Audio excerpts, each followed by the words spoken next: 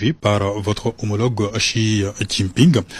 Que peut-on retenir de votre rencontre?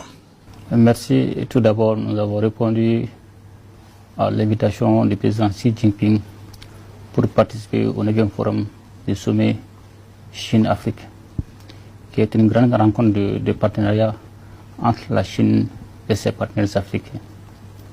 Donc, en marge de ce sommet, on a été reçu par le président Xi Jinping pour faire le point de notre coopération. La Chine et le Mali entretiennent des relations de fraternité, des relations qui sont vieilles plus de 60 ans. Et ces relations ne cessent de se renforcer davantage. Et ces relations portent, entre autres, au niveau de la défense et la sécurité, au niveau de l'éducation, au niveau de l'agriculture, au niveau du secteur énergétique, donc pratiquement tous les domaines intéressant la vie de nos populations.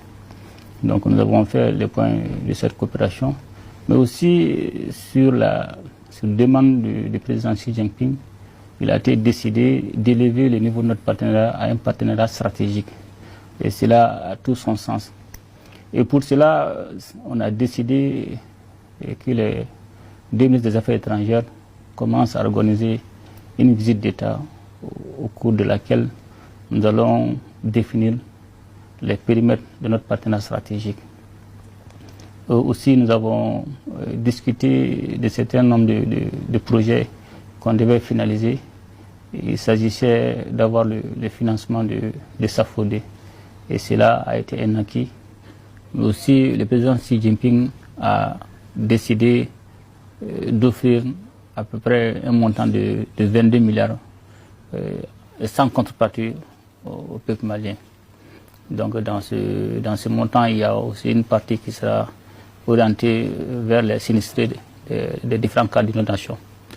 Aussi, il y a un autre montant qui a été aussi accepté, qui était en instance depuis 2018-2019 et que nous sommes parvenus vraiment à ressusciter. C'était le montant destiné à la constitution de la nouvelle Assemblée nationale et aussi le centre de plaies diabétiques.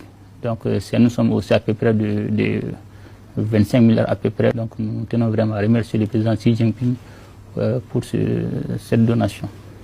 Le plus important avec la Chine est que aujourd'hui nous partageons un certain nombre de principes et de valeurs avec la Chine, notamment le respect de la souveraineté de nos États, la prise en compte des êtres de nos peuples et surtout la non-ingérence dans les affaires intérieures.